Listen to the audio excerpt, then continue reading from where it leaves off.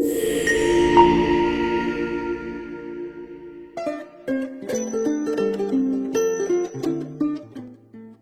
မမိတ်ဆွေများအားလုံးပဲမင်္ဂလာပါခင်ဗျယခုတင်ဆက်မဲ့တရားတော်ကတော့မိုးကုတ်ဆရာတော်ဘုရားကြီးနောက်ဆုံးဟောကြားခဲ့သောတရားတော်ယထာထွက်ခံနေပြီတရားနာတဲ့လူကလည်းခန္ဓာကြည့်ပြီးနားတယ်ဟောတဲ့ပုဂ္ဂိုလ်ကလည်းခန္ဓာကြည့်ပြီးဟောမယ်ဘာဝနာပွားပြီးဟောတဲ့အတွက်ဘာဝနာပွားပြီးနားမယ်ဓမ္မမိတ်ဆွေတို့အနေနဲ့တရားကပို့လိုက်လို့ဒီလူပြည်ကိုရောက်လာတယ်တရားပို့လိုက်တာနဲ့လူပြည်ရောက်လာတာပဲဒါကြောင့်မိတ်ဆွေတို့အနေနဲ့တရားသာအမိတရားသာအဖပါပဲဒီတော့တရားပဲအားကိုးစရာရှိတော့တယ်လို့တေးသေးချာချာမှတ်ပါဒါရကလုံလောက်အောင်ရှင်းပြမယ်မြတ်စွာဘုရားရှင်ဟာဘုရားဖြစ်လာတော့ဩငါအတုမရှိတဲ့ဘုရားတော်ဖြစ်လာပြီငါထက်သီလသမာဓိပညာအားဖြင့်တာတဲ့ပုဂ္ဂိုလ်ရှိရင်ကိုယ်ွယ်စည်းကပူဇော်မယ်ဆိုပြီး30ဘုံမှာရှောက်ပြီးကြည့်လိုက်တော့သူ့ထက်တာတဲ့ပုဂ္ဂိုလ်တရားမှမမြင်ပါဘူးမမြင်တဲ့အခါတော့ငါဘယ်နဲ့ကြောင့်ဘုရားဖြစ်လာရပါလိမ့်မလို့တွေးဆင်ခြင်ကြည့်လိုက်တော့တရားကြောင့်တရားအားထုတ်လို့ဘုရားဖြစ်လာတာတရားပဲကိုယ်ွယ်မှဖြစ်မယ်လို့ဆုံးဖြတ်တော်မူပါတယ်ဒါကြောင့်မိတ်ဆွေတို့လည်းတရားကပို့လို့ဒီလူပြည်ရောက်လာတာဒီကနေသေလွန်တဲ့အခါမှာလဲတရားပို့တဲ့စီကိုသွားရမယ်ဒီတော့ဘယ်တရားပို့တာကြိုက်တယ်ဆိုတာတရားကိုရွေးရပါမယ်ဘုံဘုံကဝေဖန်ပြပါတယ်တရားက5မျိုးရှိပါတယ်အကုသိုလ်တရားဒါနကုသိုလ်တရားသီလကုသိုလ်တရား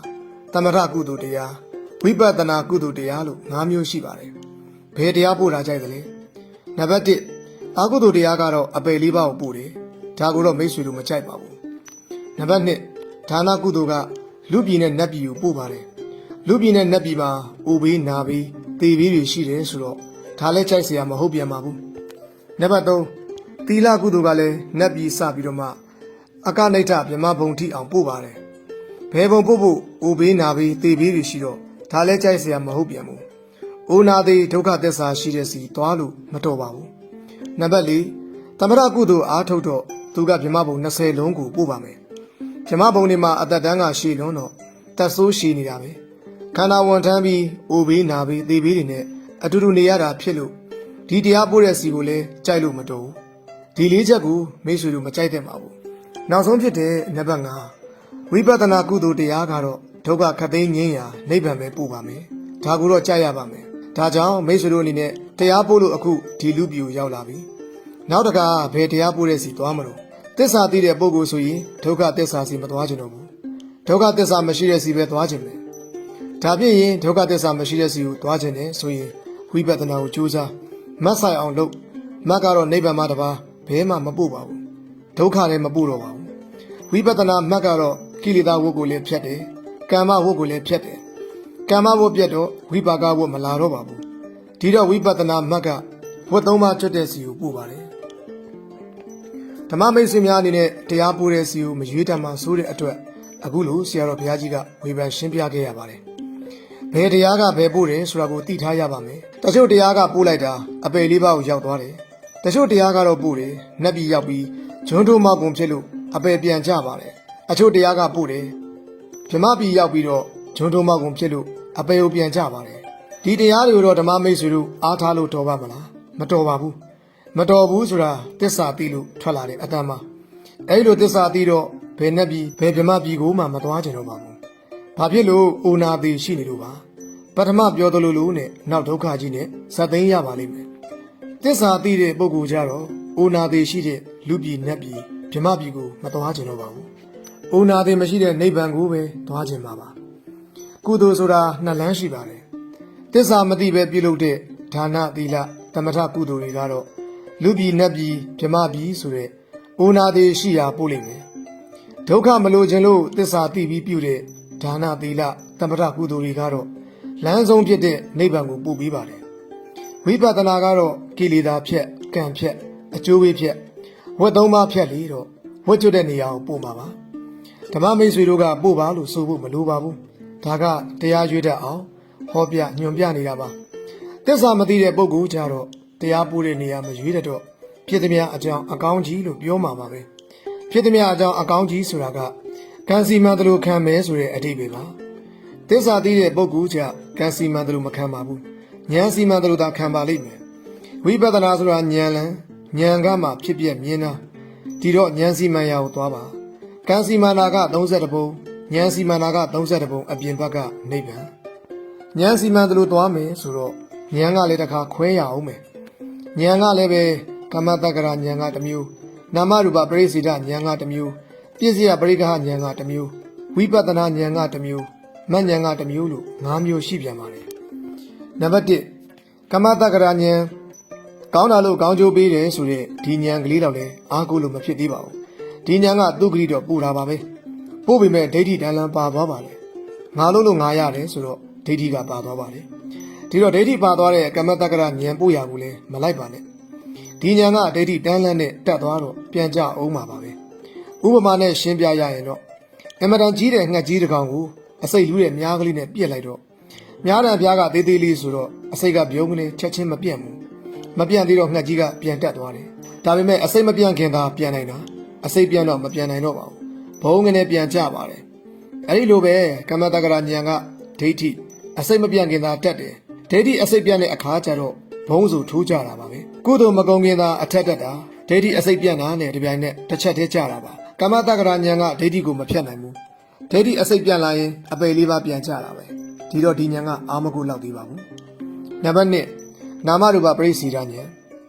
ဒါဖြင့်ဘယ်ဉာဏ်အားကိုးရမလဲလို့မေးတော့ဆရာတော်ဘုရားကနာမရူပပရိစ္ဆေဒဉာဏ်ဆိုတာရှိတယ်ဒုတိယဉာဏ်တက်လာတယ်နာနဲ့ရုပ်ကိုခွဲခြားသိတဲ့ဒီဉာဏ်ကိုအားကိုးပါတဲ့ဒီဉာဏ်ကိုအားကိုးလိုက်တော့သွားကျင်တာကနာသွားတာကရုပ်စားကျင်တာကနာစားတာကရုပ်ဒီလိုဆိုတော့နာရုပ်ခွဲတဲ့ဉာဏ်ကလေးကိုရပါတယ်ဒီဉာဏ်ခုနကကမ္မတက္ကရာဉာဏ်ထက်တော့သားပါတယ်သားပေမဲ့လေဒါကိုတကယ်အားကိုးလောက်ပြီလို့မယူပါနဲ့ဘူးဘာဖြစ်လို့လဲဆိုတော့သူကတဘောသာသုလသောတာပန်ဖြစ်တယ်တဘောသာအဘယ်လွတ်တယ်နောက်ဘဝတွေမလွတ်သေးတော့ဒီဉာဏ်လောက်နဲ့ပဲအာမကိုးပါနဲ့ဘူးတဘောသူဂတိသွားပြီးတဘောအဘယ်လွတ်တာကလေးနဲ့မကြည်နဲ့ဘူးနောက်ဘဝတွေအတွက်စိတ်မချရသေးပါဘူးနံပါတ်3ပြည့်စည်ပရိက္ခဉာဏ်ဒါဖြင့်ရင်ဘယ်ဉာဏ်ကိုအားကိုးရမလဲပြည့်စည်ပရိက္ခဉာဏ်ဆိုတာရှိပါတယ်ပြည့်စည်ပရိက္ခဉာဏ်ကတော့ပရိစ္ဆေသမုပ္ပါသိတဲ့ဉာဏ်မှာအဲဒီဉာဏ်ကအဝိဇ္ဇာကြောင့်သင်္ခါရဖြစ်တယ်သင်္ခါရကြောင့်ဝိညာဉ်ဖြစ်တယ်တန်တရားကြီးထဲမှာဒီလိုသူ့အကြောင်းနဲ့သူ့အကျိုးနဲ့ဖြစ်ပြနေတယ်ပုဂ္ဂိုလ်တရားဆိုတာမရှိဘူးအကြောင်းအကျိုးဆက်ဖြစ်နေတဲ့ဓမ္မတွေသာရှိတယ်လို့သိတယ်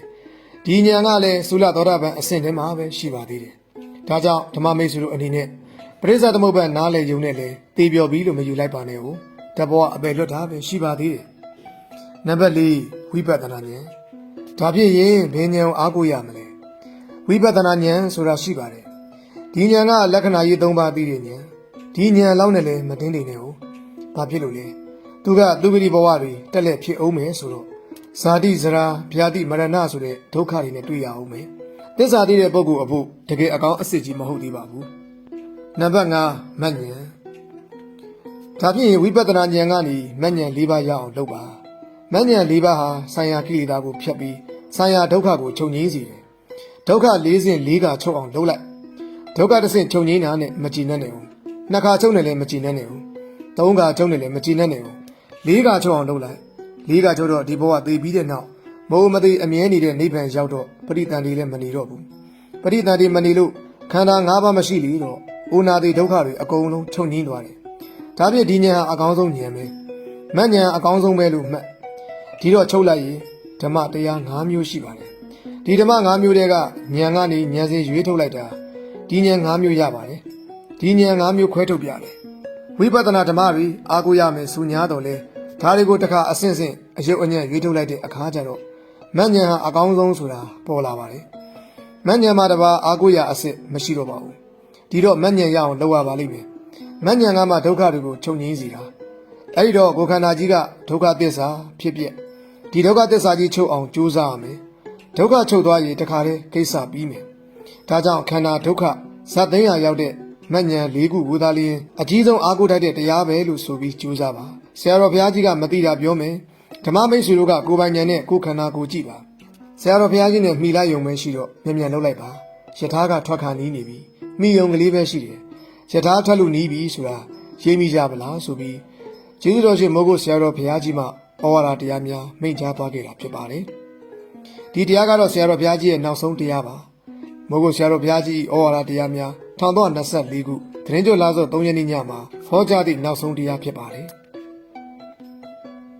ဒီတရားတော်လေးကိုနားကြားပြီးတဲ့နောက်မှာတော့ကျွန်တော်တို့ရဲ့ channel လေးကို subscribe မလုပ်ထားရသေးရင်ဒီချိန်တော့ subscribe နှိပ်ထားပြီးအသစ်တင်တိုင်းမှာသိနိုင်မှုဘေးနားကအချက်ပေးခေါင်းလောင်းလေးလည်းနှိပ်ထားပြီးခဲ့ဖို့တောင်းဆိုလိုက်ပါစီယခုတင်ဆက်ပေးတဲ့အကြောင်းအရာလေးကိုနားဆင်ကြတဲ့ဓမ္မမိတ်ဆွေများအားလုံးကာယစိတ်ဓာတ်အနှပြသောဒုက္ခတို့နဲ့ပြည့်စုံနိုင်ကြပါစေလို့ဆုမွန်ကောင်းတောင်းလိုက်ပါတယ်မြမပြည်သူပြည်သားအပေါင်းဘေးပြားတွေဝေးကွာလို့ရှင်လန်းချမ်းမြေ့ကြပါစေခင်ဗျာ